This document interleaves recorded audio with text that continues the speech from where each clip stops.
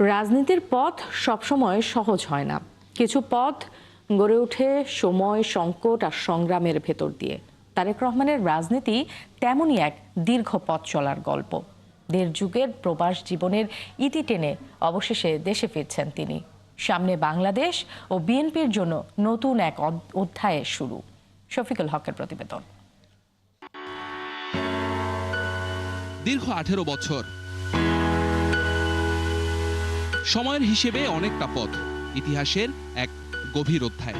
তবে সব শঙ্কা অনিশ্চয়তা কাটিয়ে নতুন এক সকালের সাক্ষী বাংলাদেশ। দেশের মাটিতে রাজনীতির বরপুত্র তারেক রহমান। একটু পেছনে ফেরা যাক। ২০০৭-এ 1-11-এ ক্ষমতার পট পরিবর্তনের পর সেনা সমর্থিত সরকারের রোষানলে পড়তে হয়েছিল তারেক রহমানকে। অমানবিক নির্যাতনে অসুস্থ হয়ে পড়লে মা বেগম খালেদা জিয়ার অনুরোধে মুক্তি পেয়ে উন্নত চিকিৎসার জন্য দেশ ছাড়েন তারেক রহমান। সে বছরই ক্ষমতায় এসে ধীরে ধীরে প্রধান প্রতিদ্বন্দ্বীর ভবিষ্যৎ নেতাকে দেশে আসতে নানা কূটকৌশল করতে থাকে আওয়ামী লীগ। তারেক রহমানের শুরু হয় এক দীর্ঘ নির্বাসিত জীবন। পরিবার আর মাতৃভূমির মাটি থেকে অনেক দূরে বিচিত্র নগরী লন্ডনে শুরু হয় জীবনের নতুন এক অধ্যায়। তারা হয়তো আমাকে হত্যাই করতে চেয়েছিল, কিন্তু আপনাদের আন্তরিক ভালোবাসা, দেশবাসীর দোয়া এবং মা বাবার সৎকর্মের গুণে আল্লাহর রহমতে আমি প্রাণে বেঁচে আছি। প্রবাসে থাকলেও দেশ ও দল থেকে বিচ্ছিন্ন ছিলেন না তারেক রহমান। সবশেষ ২০১৮ সালে মিথ্যে মামলায় বিএনপি চেয়ারপারসন বেগম খালেদা জিয়াকে কারাবন্দী করা হলে দলের ভারপ্রাপ্ত চেয়ারম্যানের দায়িত্ব নিয়ে সরাসরি দলকে নেতৃত্ব দিচ্ছেন তারেক রহমান। নেতাকর্মীদের বিরুদ্ধে মামলা, গ্রেফতার আর দমনপীড়ন এমন বাস্তবতায় প্রবাস থেকেই দলের ভার বহন করেছেন, হয়ে উঠেছেন আন্দোলনের নেপথ্য কৌশলবিদ, সংগঠনের ঐক্যের প্রতীক আর নেতাকর্মীদের জন্য এক সাহসের নাম।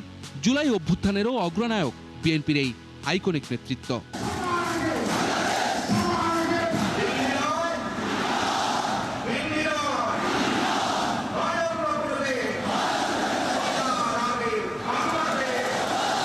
তারেক রহমান রাজনীতির উত্তরাধিকার পেয়েছেন শৈশব থেকেই।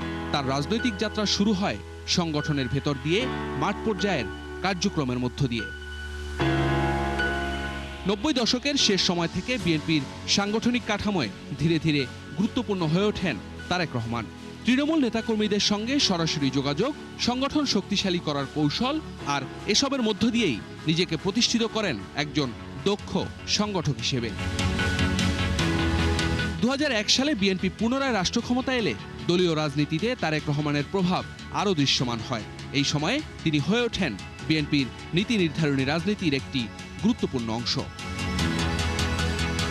প্রায় ১.৫ যুগ পর তারেক রহমানের এই প্রত্যাবর্তন কেবল একজন নেতার ফেরা নয়, একটি নতুন দিনের সূচনা, অভিজ্ঞ আর শক্তিশালী নেতার অভাবের দিনে নতুন রাজনৈতিক বাস্তবতার সম্ভাবনা আর নতুন সূর্য ওঠার গল্প। শফিকুল হক, ৭১, ঢাকা।